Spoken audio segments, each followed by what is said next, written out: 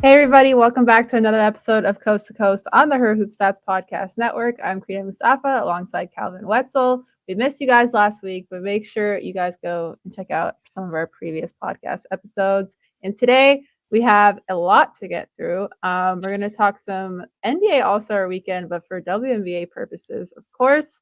And then we're going to go through some bracketology stuff. And lastly, we'll give some games to watch as the month of February is kind of wrapping up soon, and we're getting very, very close to tournament play. Cal, you ready? I am ready. Yeah, we had a little bye week, I feel like. We were both off doing fun things, and now we're hitting it again. I'm good. Let's go. Yeah, well, actually, now that you bring that up, how was Nebraska Iowa last week? Because you got to go to the game, even though Caitlin didn't break the record in that game. Yeah, it was actually way cooler than Caitlin breaking the record. It's maybe not for everybody, but I think what I got to see that game was I would have rather seeing an amazing, iconic basketball game than getting to see the record. And she was 8 points away in the fourth quarter. I thought we might get to see it. Didn't score again. Nebraska kept chipping away at that lead. Finally hit that shot with Jazz Shelley. I will never forget it. So uh, have to thank Jess Keller who gave me that shirt from a few weeks ago that we talked about, and Liv Butts for bringing me along on that game. Such a fun weekend. Had a blast. And go Huskers. Love that. Speaking of shirts, I would like to say breaking news. I have merch. Let's So go. for any YouTube watchers, thanks to Cal and Jim Turvey, I now have a Virginia shirt. It is very, very nice, very much like it. It's like a crop top, long sleeve. Yeah, very nice surprise. I really appreciate it. First of Yeah, many, I hope. yeah. Let's keep them coming. I think Let's Jim keep went them there, coming. if I remember Yeah. correctly. Loyal listener of the pod. Jim's a good guy. He's our friend. And Yeah, we did WNBA fantasy last season. I remember. I can't remember. I yeah, think I I did think better than him. I thought Jim won. Who won? Did you Oh, did win? he? I don't. No, I didn't win. I I don't definitely remember did who not won. win. I don't remember You who didn't won win. I was either. thinking it was Jim, but maybe it's Oh, I don't maybe it know. was Jim. I don't know. We Jim were can let kind us of like, know. Wasn't I'm me. excited. Hopefully, yeah, hopefully we do it again because it was pretty fun. I know some people kind of, let the ball drop a little bit there near the end, but I thought it was fun. I think like after It there was were a a couple blast. of moments where I forgot to set my roster, and then that just kind of ended up biting me in the end. But no, it was super fun. I'm excited for that. Speaking of the WNBA, let's go to All Star Weekend because Sabrina Ionescu had the All Star Shootout with Steph Curry. She didn't win. She finished with 26 points. Steph wins with 29. Was very competitive. There's a lot to kind of dissect throughout this and just kind of the weekend overall. But firstly, Cal, like just like thoughts on her performance and getting those 26 points. It was an amazing performance, and for context, like when you line her up with Steph, 26 to 29, okay, she lost. Steph is the greatest shooter to ever walk the planet.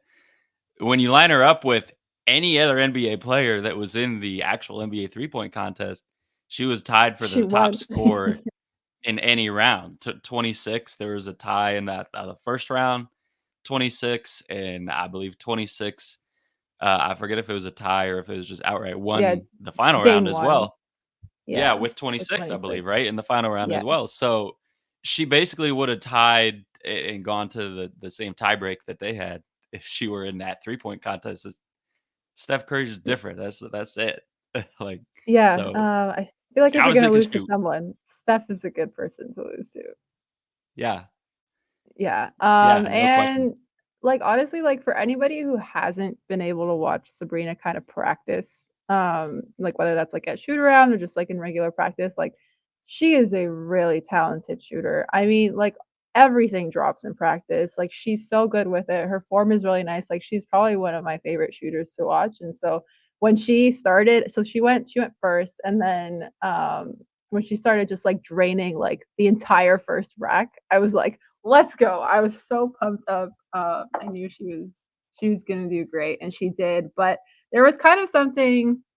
that didn't ruin the entire experience, but ruined quite a bit of it. And that was Kenny and Reggie's very sexist commentating. You know, whether that was like Reggie before the shootout even started saying that Steph is in midseason form and he has the advantage, and Sabrina is not in season form, and the only like thing she's been doing is practicing for the Olympic qualifying. And I was like, did you hear yourself say that sentence? She's practicing for the Olympic qualifying with Team USA, but that somehow gives her a disadvantage. And then, of course, Kenny at the end starting to just go off and saying that should have done it from the WNBA line or whatever. WNBA Steph should have had the WNBA ball.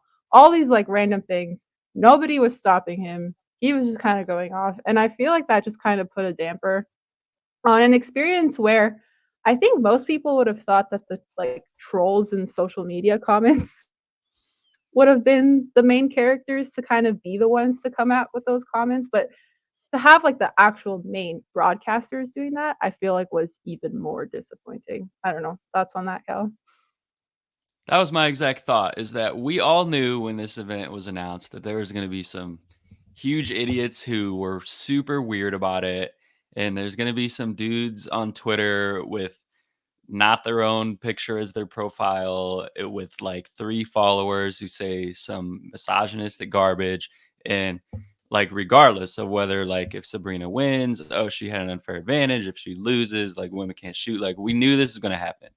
And I like it. I'd still think it was a cool event, but for it to come from the actual broadcasters is just a reminder that, like, this isn't just these random nobody dudes who feel this way. There are men in positions of power and positions of influence who have these opinions, and it's why it's so important to have like women in all these spaces. Like, I was so glad that Candace Parker was announcing the All-Star game, alongside them, because you just need that. And so I still think it was a great event. And I mean, we can talk about where they go from here. I do think it's cool to kind of see where this could go next. But definitely need to maybe figure out, can we get someone on this other than Kenny Smith, because And you know, it I found out wasn't like good. on their alternate broadcast, they had Kia Nurse commentating on the alternate broadcast. She just wasn't on the Maybe let's main just one. And bring I was Kia just on the like, main one.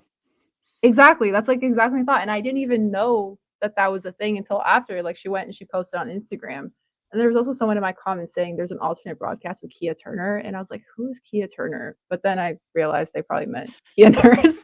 But like, yeah, like I saw that I was like, we actually had a W player commentating on this and she wasn't on the main broadcast. And instead we had to listen to this. And so, yeah, I think I saw Alicia Clark also be like, I'm going to talk to my teammate about her coworkers because this is just too much. I was literally said like 12 times. I was like, "Where's Candace? Like, where is she?"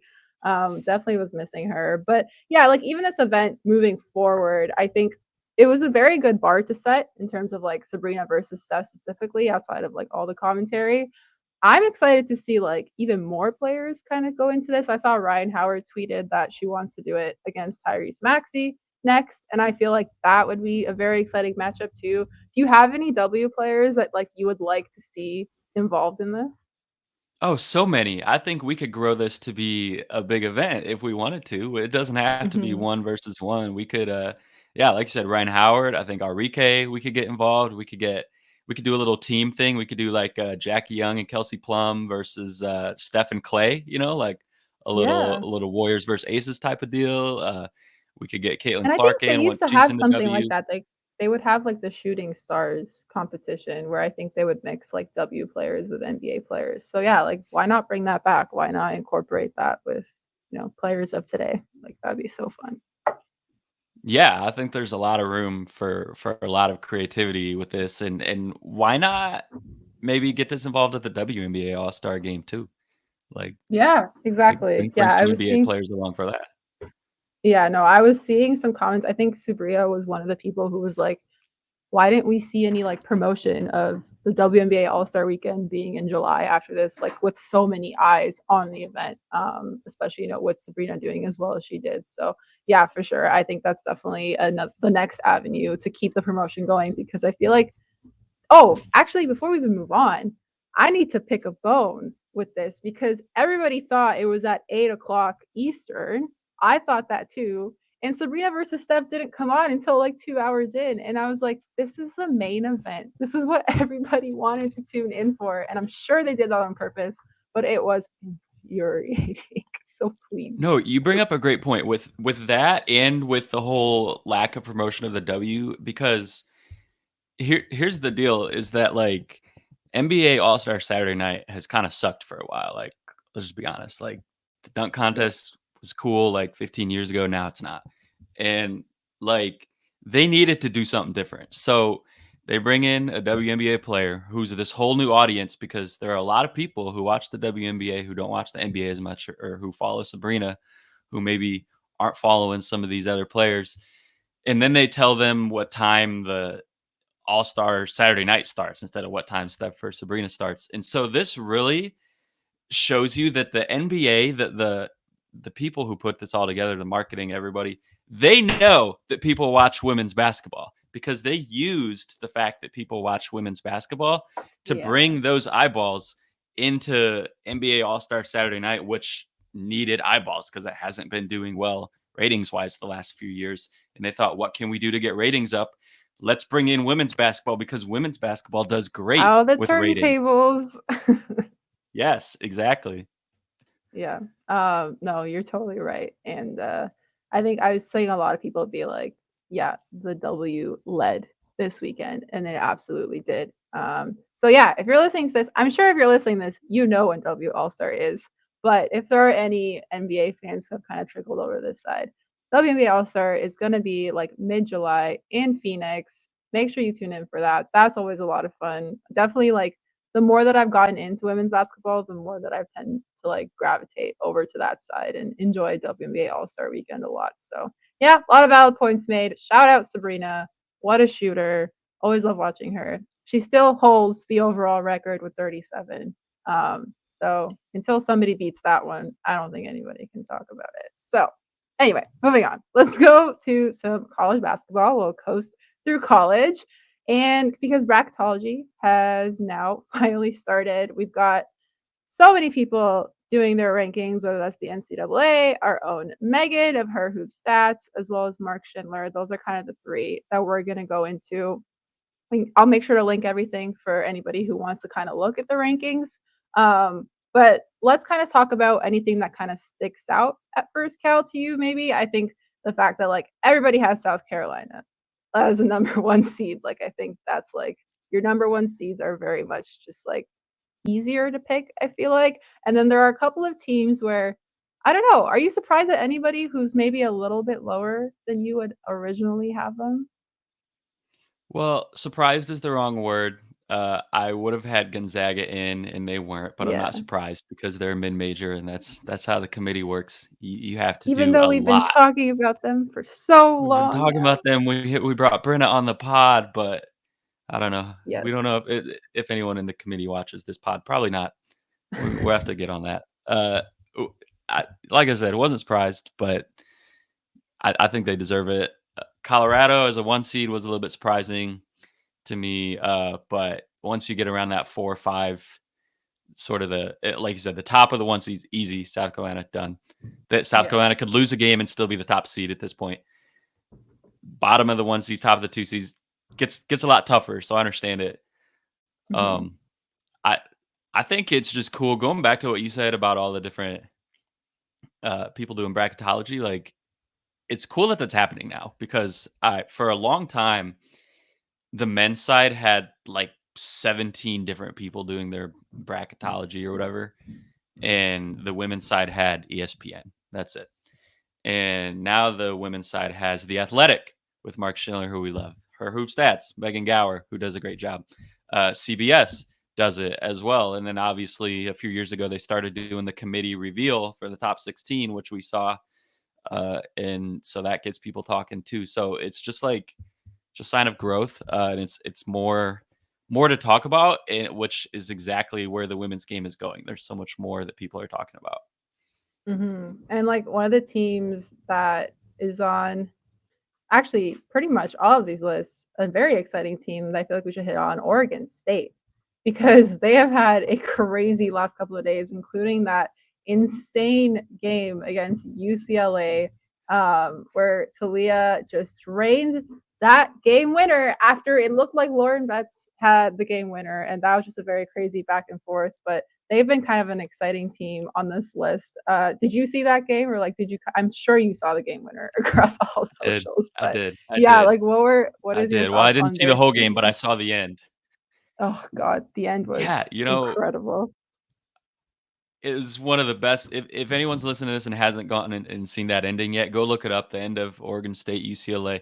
We saw 4 game winners, basically, or what looked like game winners in the last Yeah, 8 or 9 seconds of this game. And this was a huge win, by the way. I don't even know how I feel about this rule, to be fair. But for anyone who is in favor of the timeout advancing the ball rule, this game was a big win for that rule because we kept seeing that. And you only needed a second to get your next game winner. And oh, there's still like zero point 0.8 seconds left. We got another game winner coming. But yeah, Oregon State, they've been on a roll until obviously, they dropped one yesterday, Sunday, as we're recording on Monday. It's tough because I don't know the status of Reagan Beers. I don't know if you've heard. She yeah. got hurt in that UCLA game. They were down. They still came back and won the game at that crazy ending. And then she Mhm. did not play against USC, and USC was able to win that game. I think partially because Reagan Beers wasn't on the court, despite Juju didn't even shoot that well, but Oregon State finally dropped one. So I hope we get to see Reagan Beers back. I actually don't know. I haven't seen any update. Do you Yeah, know? I there hasn't really been any update. They like the coach only mentioned her like very briefly during the game against USC, where he kind of said that they felt a little bit out of rhythm because Reagan wasn't on the floor with them, and that's kind of all we got in terms of a status update, which is not really a status update. But yeah, in case anybody missed that game, she goes down in the first quarter with a brutal hit to the face. Her nose was just pouring blood. She looked to be in a lot of pain. So hopefully she's okay. Hopefully we will see her back soon. But yeah, Oregon State for sure, one of the more exciting teams. Is there anybody on this list or like any of these like bracket lists that maybe could be like a sort of Cinderella story that maybe people aren't talking about? Whether that's like maybe NC State, although they're obviously going to be seated pretty high. But yeah, is there any team that you're kind of looking to be like they can make something happen? Yeah, Cinderella's an interesting word because these are all the top 16, and your real Cinderellas are going to be like the 11 seeds. But yeah, I in say terms of like a Cinderella Final because it's just Four, like to me, it's like they have like the really top teams, and I'm just like it's so hard for me to just be like, like these really, really bottom teams are gonna do something, but no, I parity is mean, still here. to your point, like anyone other than South Carolina could almost you could say they're Cinderella if they win the championship or Yeah. make the championship because it's South Carolina's to lose. But yeah, I mean, in terms of who could make a really deep run and sort of outperform their seed line, I mean, I look at the top 16 here. I still think LSU, obviously, they were number one preseason and have underperformed a little bit. I think, did the committee have them on the 3 line? I want to say, I know that's where Mark has them. The Yeah, committee had them yeah. on the 4 line, actually. Or Okay.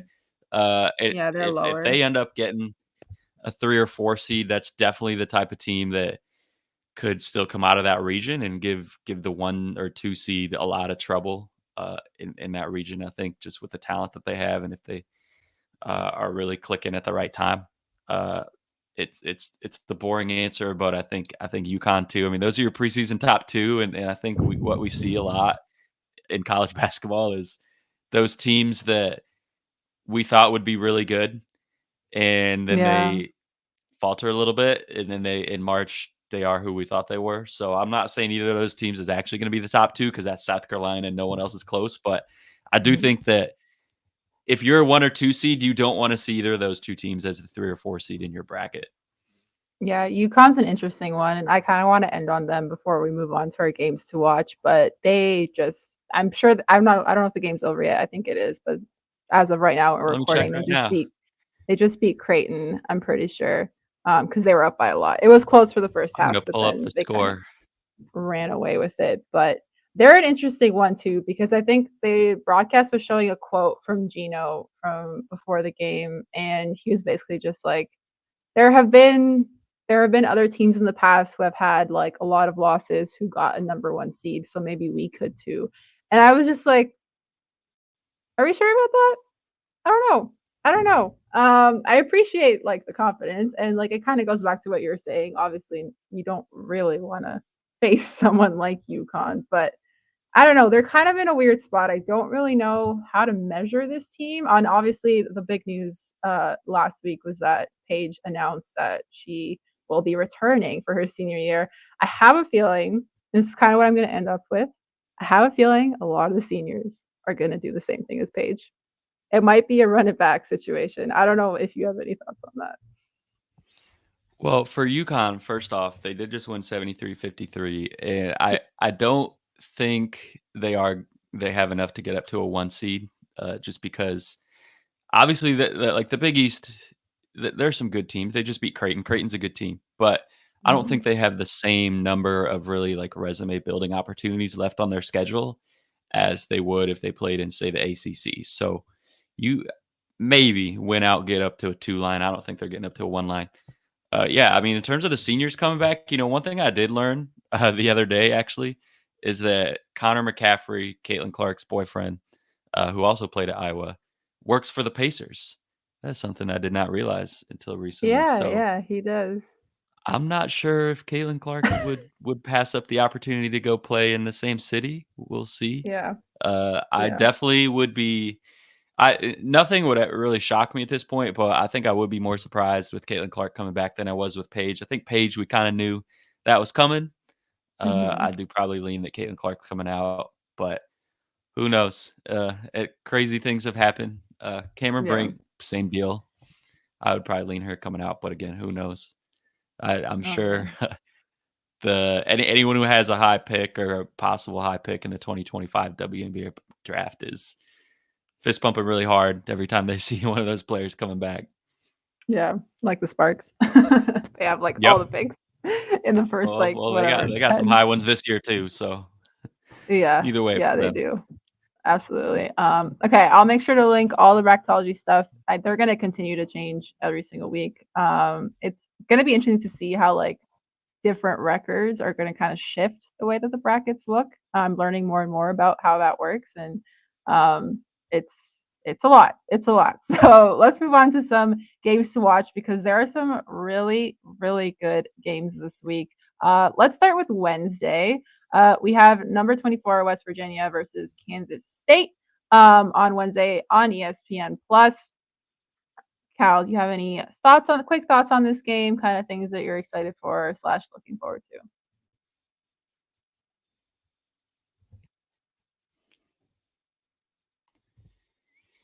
Yeah, we love Press Virginia, obviously. I hope Aoka Lee plays because we saw her come back and then she Mhm. missed a game again. And she's another one that maybe I just don't keep up with injury news enough, but she's another one that I don't know the status of. I don't know if you do, It but was she very changes. quiet. No, it was very quiet. Yeah, Yeah. No, you're good. You're yeah. totally good. So I think she completely changed the complexion of the game. Obviously, Kansas State picked up a couple good wins without her when she first went out. But and we saw last year they played the whole year without her, and it's still a good basketball team. They have a lot of talent, but it definitely completely changes things on the inside, and especially against a team like West Virginia that's going to bring so much pressure. So we'll see, but definitely a huge game in the Big 12 standings. And then on Thursday, we have a packed slate of games. Some in the Pack Network. No, okay, that was a stretch, but I'll start with that. I'll start with that one. Since I did just make a terrible, terrible Pac-12 joke, but we have Utah versus UCLA.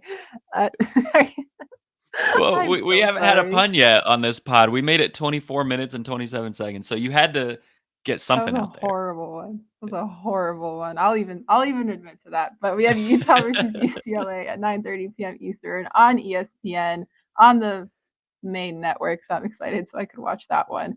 That'll be a good one. I'm curious to see how UCLA continues to play now that Lauren Betts is kind of, looking like herself again and is back from whatever um, had happened before. Obviously, we don't know. Not going to go into that, but yeah, this is an exciting matchup. We have a lot of other ones. I'll kind of just list them all, and then Cal, you can tell me which ones you're kind of looking forward to. We also have Duke versus Syracuse at 7 p.m. on the ACC network on Thursday as well. Duke is another team that has quietly been pretty good and has had some pretty solid wins. And another exciting team, obviously, Syracuse as well. We've talked about them a little bit too. So I'm really looking forward to that matchup. I think that's going to be a good one. We've also have NC State versus North Carolina on ACC Network. Then we have Iowa versus Indiana on Peacock, which I learned what that was a few weeks ago. And then we have Auburn versus LSU on the SEC Network. Of course, we all know the last time Auburn and LSU faced off, Auburn took that win in an upset. Cal, a lot of matchups on Thursday. Which ones are kind of standing out to you, and who or what are you looking for? Yeah, Utah UCLA. I love that it's on ESPN. The previous matchup between these two was on ESPN or ESPN2, I want to say, and it was an overtime thriller on national TV. So maybe we'll get that again. I went back and watched that game last night, and I I loved how Utah guarded Lauren Betts all game, and so that's something I think to watch for now that Lauren Betts is back and kind of getting her feet under her again after missing some time. Is that I mean Utah's undersized; they don't really play anyone above 6'2", and so they're giving up whatever 5 inches on the inside with Jenna Johnson and Alyssa Pili. But I think they did a great job in terms of more often than not, they sent a double to Lauren Betts like on the pass. They didn't even wait for her to catch it. UCLA didn't really make him pay too much from the outside in that game in terms of the 3-point shooting, which Utah gave them. Like when they fronted the post and they tried to lob over the top and use that size that Lauren Betts had, like Utah did a great job on the backside help. They pressured the ball, which made it hard to even make those post entry passes. So I really think that the interesting thing for me in this game is going to be watching kind of how Corey Close, a UCLA coach, does in terms of adjustments and kind of countering and getting Lauren Betts more involved in a matchup where I really think she could eat if they use her well. Yeah, absolutely. And there have been so many close games. Like you mentioned that their last one went to overtime. Even just this past weekend, like I feel like it is just getting even more competitive by the second. So I feel like a lot of these big matchups are just going to deliver. I love chaos. I love Especially in this overtime. conference. Yes, yes, yes. The Pac-12 will not go quietly or gently into that good night, and we love them for it. But yeah, any of these other Auburn, LSU, Iowa, Indiana, NC State, North Carolina, you have any thoughts on those? Yeah, Auburn, LSU. I'm just interested to see how LSU responds after losing that game. Obviously, that we Oh, talked they about on this will. pod. You know they will. I and they're at home this time, so they will. They will. Mhm. Iowa, Indiana, huge game at the top of the Big Ten standings. Ohio State's kind of in the driver's seat right now, but if anyone's going to have a chance to catch them, it's going to be the winner of this game. So that one's always a big one. And Indiana, when going back to our last segment on bracketology, is a team that kind of snuck in there in that top 16, but they don't really have a huge signature resume win at the top. They just kind of have taken care of business against the teams that they're supposed to. Obviously, got kind of blasted by Stanford early in the year, and same thing last time they played Iowa. So this is going to be a good chance for them to prove that they can hang with the top competition here and really cement their spot as a host in the tournament. I think if they win this game, if not, then it's going to get really dicey whether they get to host in the tournament or not. And then Duke in Syracuse is one I'm really excited to watch because someone who people haven't talked about enough, and that includes us. I haven't talked about her enough. Is Deja Fair of Syracuse. We all talk about Caitlin Clark breaking the record. Deja Fair's sixth in all-time scoring in NCAA Division I history. So she's not that far behind. Not that she's going to catch Caitlin, but she's rising the leaderboards fast in terms of all-time scores, and she is a joy to watch. But she gets to go up against a Duke defense that you talked about earlier that has been playing really well, a lot better here in the last month or so. They just dropped one to Virginia Tech the other day, a close game, which no shame in that. Obviously, Yeah, Duke is fair. going to do everything they can to take away the 3-point line and turn Deja Fair into try to make her finish at the rim more. And I thought you so were gonna do a we'll see pun on how her they do with name. that. I Oh, thought you were I gonna I say don't like even have Deja one. What's the turn pun? Deja Fair into Deja don't. I don't know. That was bad too. Oh, I There's a thought you lot of had bad one. puns You didn't today. have one? No, I thought it sounded like you There's were one gonna do somewhere. like a lead up into one. I'll think about it. We'll Oh, see. I might follow up I'm and say sorry to let two. you down. Yeah, It's you need okay. to there is one somewhere. There's definitely a pun with her name. Yeah. There's a lot of puns with her name. I missed out there, but Into Deja Dare, that's your department. So, okay, there we go. There we go. daring her to take shots. I don't know. We'll see. I don't know how I feel about that one. But yeah, that's a Gonna lot have of to the like outsource matchups. this. May have to outsource it. Maybe Dana. Dana's pretty good at coming up with the puns. So if you're listening, Yeah, please tweet one. But yeah, those help are us really out. exciting games this week. Anything else you kind of want to hit on before we wrap this up? I don't think so. Yeah, we covered a lot of ground. Had a fun time Yes, as we did. always. Yes, we did. College basketball is getting very, very exciting. Can't wait for tournament play to come up very soon. And make sure you're tuned into Coast to Coast every week. I know we weren't here last week, but we will be here next week, pretty sure. And we'll continue to talk about college basketball, everything. WNBA draft is that's going to come up soon after March Madness, of course. Make sure you're subbed to the Her Hoop Stats Podcast Network, wherever you get podcasts. You can follow us on social media at Her Hoop Stats, myself at Crina MM, Calvin at CWessel31, and we will see you next Tuesday.